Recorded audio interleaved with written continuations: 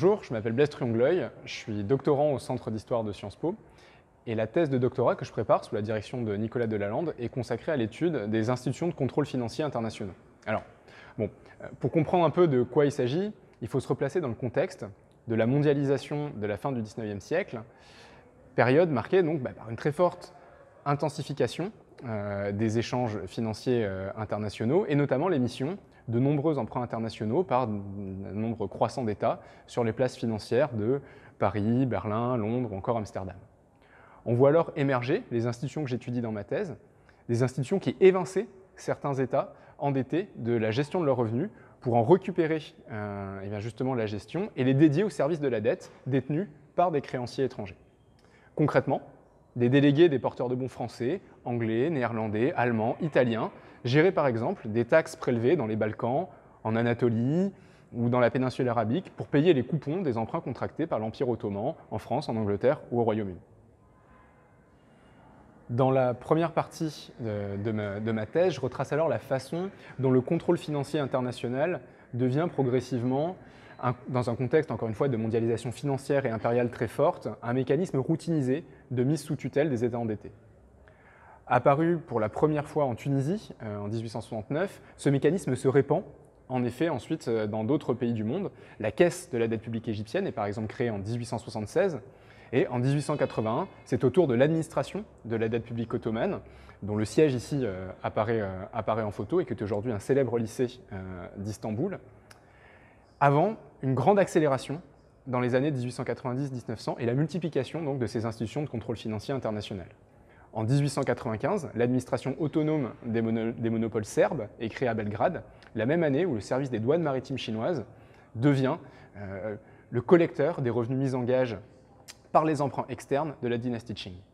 En 1898, la Commission financière internationale sur les finances helléniques, dont vous avez ici le logo en photo, est mise sur pied à Athènes.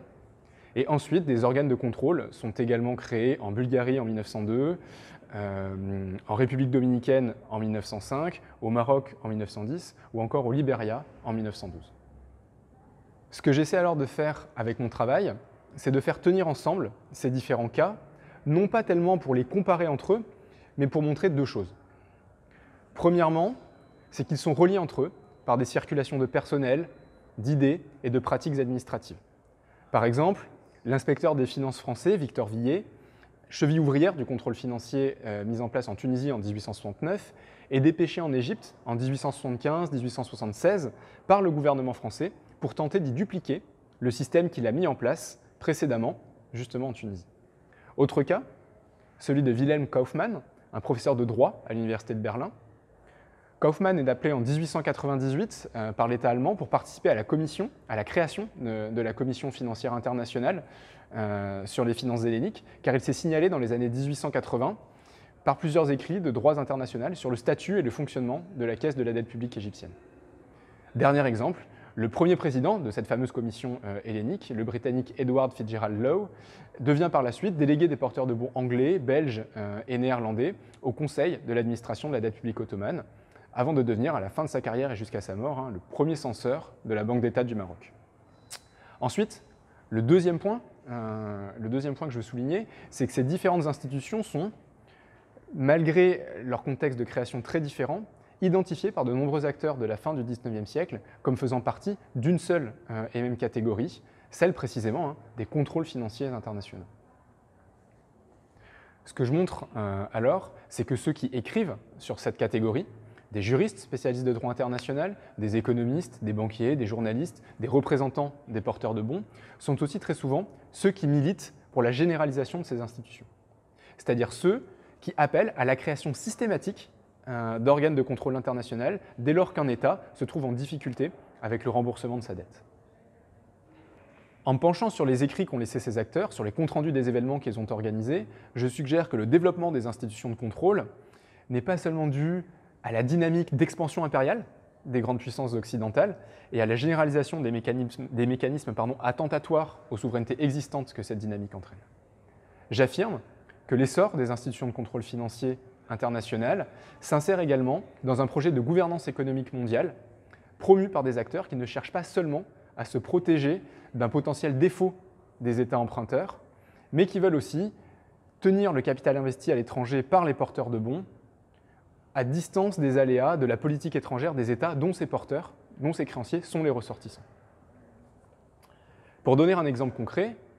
les défenseurs du contrôle financier international mis en place en Serbie en 1895 font tout pour s'assurer que les détenteurs français d'obligations serbes n'aient pas à dépendre du Quai d'Orsay pour recevoir le paiement de leurs coupons. Plus encore, il s'agit pour eux d'éviter que leurs intérêts ne soient sacrifiés sur l'autel de la politique étrangère française dans les Balkans. Ils veulent par exemple éviter, tout simplement, que pour attirer la Serbie dans la sphère d'influence française, le Quai d'Orsay n'accepte de tirer un trait sur les créances que détiennent des Français sur l'État serbe. Ce que je montre alors dans ma thèse, c'est que ceux qui poussent pour le développement des institutions de contrôle financier international sont des gens qui voient dans ces derniers la première pierre d'un édifice de régulation de l'économie mondiale explicitement capitaliste. Le terme est revendiqué par les acteurs de l'époque, car basé sur la protection du capital et de sa profitabilité. Ça, donc, c'était la première partie de ma thèse. Mais il y en a une deuxième qui, en un sens, est beaucoup plus concrète, beaucoup plus incarnée. Pour explorer plus en détail les contours en fait, de ce projet de gouvernance économique mondiale que portent les institutions de contrôle financier international, ainsi que ses conséquences, j'ouvre la boîte noire du fonctionnement de ces organes. En me basant sur des archives administratives du quotidien, notamment des comptes rendus hebdomadaires d'activité ou des dossiers de carrière que j'ai pu consulter, comme celui à l'image,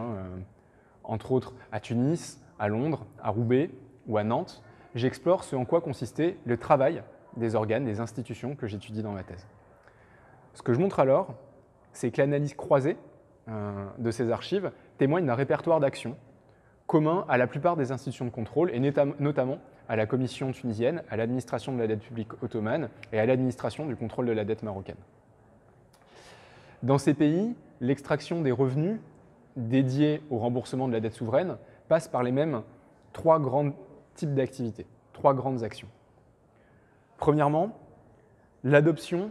de nouvelles normes comptables et surtout la publicisation des chiffres qui sont produits grâce à ces nouvelles normes, cela dans le but de rendre immédiatement appréhensible, depuis Paris, Londres ou Berlin, la santé financière des États contrôlés.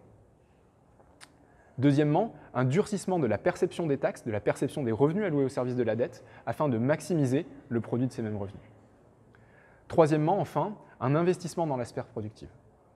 Cela s'explique par le fait que les revenus cédés aux créanciers des États contrôlés reposaient souvent sur l'activité agricole. Ainsi, par exemple, en Tunisie,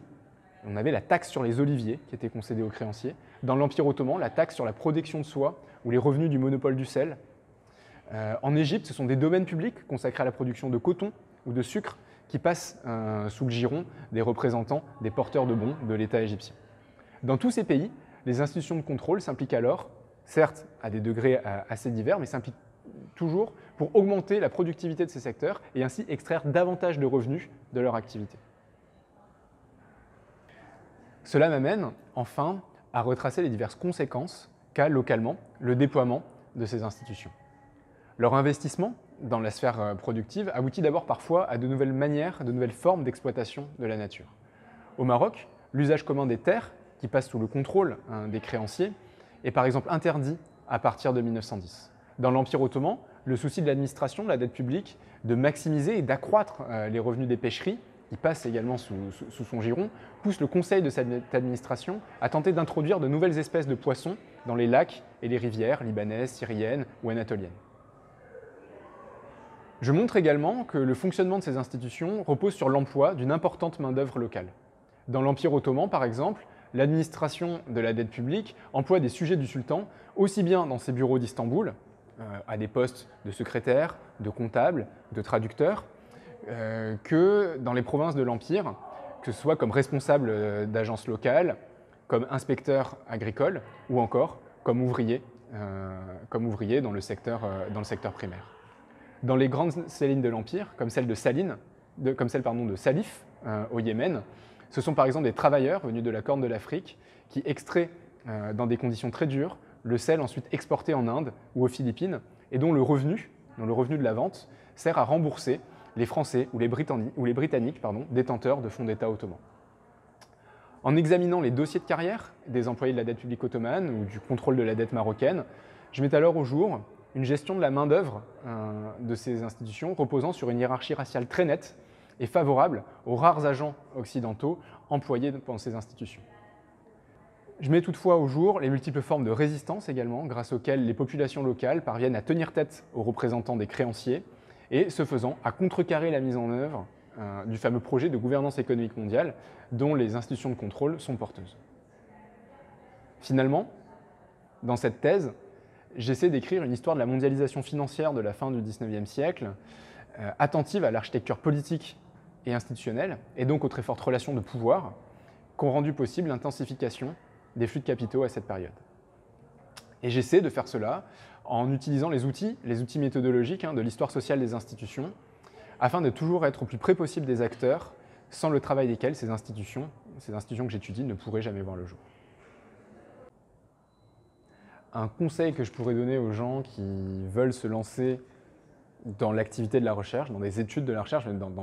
dans les métiers ensuite de la recherche, parce que rapidement, ça devient en fait notre profession, notre métier, on est payé pour ça, c'est vraiment d'avoir envie de faire ça et d'aimer ça et d'être sûr d'aimer ça, parce que c'est ce qui va rendre possible le fait de supporter un certain nombre de choses difficiles dans ce métier, qui peuvent être parfois la solitude dans les missions d'archives, la solitude face aux sources, les conditions de travail parfois précaires dans lesquelles on est placé, quand bien même on est très protégé tant qu'on dépend encore de Sciences Po pour celles et ceux qui sont à Sciences Po. Mais donc, mon principal conseil, c'est vraiment essayer d'aimer ça et de rester curieux le plus possible. Quand on fait sa thèse, on se spécialise sur une question. Mais ce qui est très important pour parvenir à traiter cette question de la manière la plus originale possible, c'est de rester toujours curieux et ouvert aux pistes en fait, vers lesquelles nous mène l'étude de cette question, quand bien même on n'avait pas prévu de passer par là. Moi, par exemple, quand je me lançais sur ma thèse, je n'aurais jamais pensé que travailler sur l'histoire de l'administration de la dette publique ottomane allait m'amener à travailler sur l'histoire de la production du sel ou des poissons introduits dans l'Empire ottoman dans les années 1900. Et pourtant, c'est un enjeu qui est devenu central dans ma recherche parce que je me suis tout simplement laissé guider par ma curiosité que j'avais pour ça. Et donc je pense que c'est, sans dire que mon cas est à suivre, ma trajectoire est à suivre, mais je pense que c'est important de toujours rester curieux pour le monde qui nous entoure et pour les pistes que nous ouvrent les recherches dans lesquelles on s'engage.